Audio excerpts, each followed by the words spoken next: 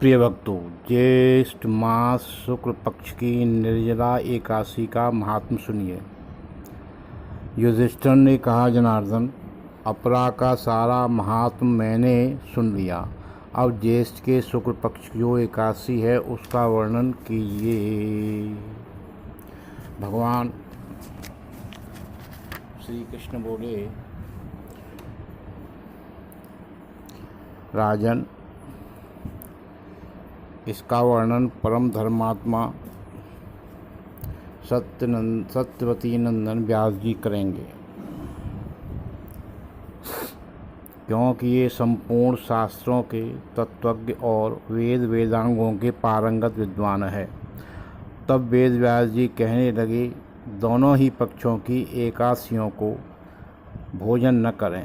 द्वादशी को स्नान आदि से पवित्र हो फूलों के भगवान केशव की पूजा करके नित्य कर्म समाप्त होने के पश्चात पहले ब्राह्मणों को भोजन देकर अंत में स्वयं भोजन करें। राजन, जन का शौच और मरना शौच में भी एकादशी का भोजन नहीं करना चाहिए। यह सुनकर भीमसेन बोले, परम बुद्धिमान पितामह, मेरी उत्तम बात सुनिए। राजा युधिष्ठिर, माता कुंती, द्रौपदी, अर्जुन, नकुल और सहदेव ये एकादशी को कभी भोजन नहीं करते तथा मुझसे भी हमेशा यही कहते हैं कि भीमसेन, तुम भी एकादशी को न खाया करो। किंतु मैं इन लोगों से यही कह दिया करता हूँ कि मुझसे भूख नहीं सही जाएगी।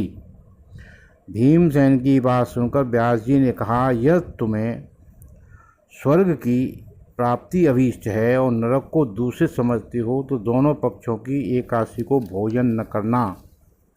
भीमसेन बोले, बुद्धिमान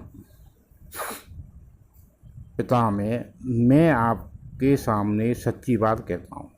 एक बार भोजन करके भी मुझसे व्रत नहीं किया जा सकता, फिर उपवास करके तो मैं रह ही नहीं सकता। मेरे उदर में व्रक नामक अग्नि सदा प्रज्वलित रहती है, अतः जब मैं बहुत अधिक खाता हूँ तभी वह शांत होती है। इसलिए महामुनि, मैं वर्ष भर में केवल एक ही उपवास कर सकता हूँ, जिससे स्वर्ग की प्राप्ति सुलभ हो तथा जिसके करने से मैं कल्याण का भागी हो सकूँ।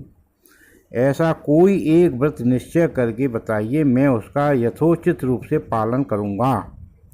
व्यास जी ने कहा, भीम, ज्येष्ठ मास में सूर्य वृष राशि पर हों या मिथुन राशि पर, शुक्ल पक्ष में जो एकादशी हो उसका यत्नपूर्वक निर्जल व्रत करो। केवल कुल्ला या आचमन करने के लिए मुख में जल डाल सकते हो, उसको छोड़कर और किसी प्रकार का जल विद्वान पुरुष मुख में न डालें, अन्यथा व्रत भंग हो जाता है। एकादशी को सूर्योदय से लेकर दूसरे दिन के सूर्योदय तक मनुष्य जल का त्याग करे तो यह व्रत पूर्ण होता है। तदनंतर द्वादशी को निर्मल प्रभात काल में स्नान करके ब्राह्मणों को विधिपूर्वक जल और सुवर्ण का दान करे। इस प्रकार सब कार्य पूरा करके जितेंद्रिय पुरुष ब्राह्मण के साथ भोजन करे। वर्ष भर में जितनी एकादशियाँ होती हैं उन सब का फल निर्जला एकादशी के सेवन से मनुष्य प्राप्त कर लेता है, इसमें तनिक भी संदेह नहीं है। संग चक्र और गदा धारण करने वाले भगवान के सबने मुझसे कहा था कि यदि मानव सबको छोड़कर एकमात्र मेरी शरण में आ जाए और एकादशी को निराहार रहे तो वह सब पापों से छूट जाता है। एकादशी व्रत करने वाले पुरुष के पास विशाल काय, विकराल आकृति और काले रंग वाले दंडपाशधारी भयंकर यमदूत नहीं जाते। अंतकाल में पीताम्बरधारी सौम्य स्वभाव वाले, हाथ में सुदर्शन धारण करने वाले और मन के समान वेग से विष्णुदूत आकर इस वैष्णव पुरुष को भगवान विष्णु के धाम ले जाते हैं। अतः निर्जला एकादशी को पूर्ण यत्न करके उपवास करना चाहिए। तुम भी सब पापों की शांति के लिए यत्न के साथ उपवास और श्री हरि का पूजन करो। स्त्री हो या पुरुष, यदि उसमें मेरु पर्वत के बराबर भी महान पाप किया हो तो भी वह सब एकादशी के प्रभाव से भस्म हो जाता है। जो मनुष्य उस दिन जल के नियम का पालन करता है वो पुण्य का भागी होता है। उसे एक एक पहर में कोटि कोटि स्वर्ण मुद्रा दान करने का फल प्राप्त होता सुना गया है। मनुष्य निर्जला एकादशी के दिन स्नान जब तप होम आदि जो कुछ भी करता हो वह सब अच्छे होता है। यह भगवान श्री कृष्ण का कथन है। निर्जला एकादशी को विधिपूर्वक उत्तम रीति से उपवास करके मानव वैष्णव पद को प्राप्त कर लेता है। जो मनुष्य एकादशी के दिन अन्न खाता है वह पाप भोजन करता है, इस लोक में वह चांडाल के समान है और मरने पर दुर्गति को प्राप्त होता है। जो ज्येष्ठ के शुक्ल पक्षी एकादशी को उपवास करके दान देंगे वे परम पद को प्राप्त होंगे। जिन्होंने एकादशी को उपवास किया है वे ब्रह्मचारी, शराबी, चोर, गुरुद्रोही होने पर भी सब पातकों से मुक्त हो जाएंगे। कुंती नंदन, निर्जला एकादशी दिन श्रद्धालु स्त्री पुरुष के लिए जो विशेष दान और कर्तव्य है उसे स्वरूप उस दिन जल में स्नान करने वाले भगवान विष्णु का पूजन करो और जलमयी धेनु का दान करना चाहिए, अथवा प्रत्येक धेनु या धतमयी धेनु का दान उचित है। पर्याप्त दक्षिणा और भांत भांत के मिष्ठानों द्वारा यजभोग ब्राह्मण को संतुष्ट करना चाहिए। ऐसा करने से ब्राह्मण अवश्य संतुष्ट होते हैं और उनके संतुष्ट होने पर श्री हरि मोक्ष प्रदान करते हैं। जिन्होंने समदम और दान में प्रवृत्त हो श्री हरि की पूजा और रात्रि में जागरण करते हुए इस निर्जला एकादशी का व्रत किया है, उन्होंने अपने साथ ही बीती हुई 100 पीढ़ियों को और आने वाली 100 पीढ़ियों को भगवान वासुदेव के परम धाम में पहुंचा दिया है। निर्जला एकादशी के दिन अन्न, वस्त्र, गौ, जल, सैया, सुंदर आसन, कमंडल तथा छाता दान करना चाहिए। जो श्रेष्ठ एवं सुपात्र ब्राह्मण को जूता दान करता है वह सोने के विमान पर बैठकर स्वर्गलोक में प्रतिष्ठित होता है। जो इस एकादशी की महिमा को भक्तिपूर्वक सुनता तथा जो भक्तिपूर्वक इसका वर्णन करता है वे दोनों स्वर्गलोक में जाते हैं। चतुर्दशी युक्त अमावस्या को सूर्य ग्रहण के समय श्राद्ध करके मनुष्य जिस फल को प्राप्त करता है वही इसके श्रवण से भी प्राप्त होता है।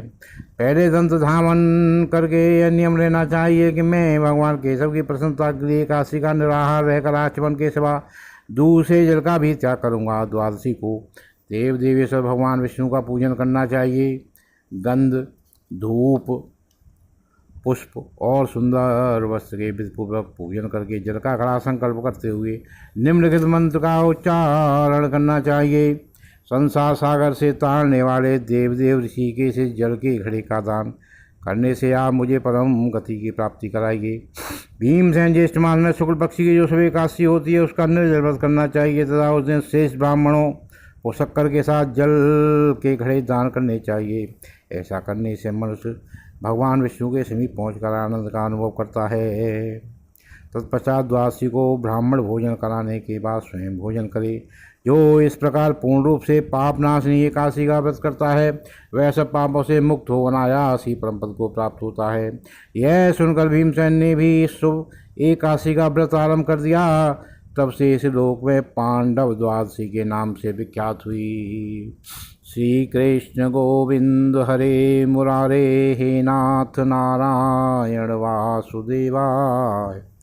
श्री कृष्ण गोविंद हरे मुरारे, हे नाथ नारायण वासुदेवाय। श्री कृष्ण गोविंद हरे मुरारे, हे नाथ नारायण वासुदेवाय। श्री कृष्ण गोविंद हरे मुरारे, हे नाथ नारायण वासुदेवाय। एका निर्जला एकादशी मैया की जय। कृष्ण देव भगवान की जय। राधा कृष्ण भगवान की जय। सद्गुरुदेव भगवान की जय। हरि बोल, हरि बोल, हरि बोल। हरि शरणम, हरि शरणम, हरि शरणम।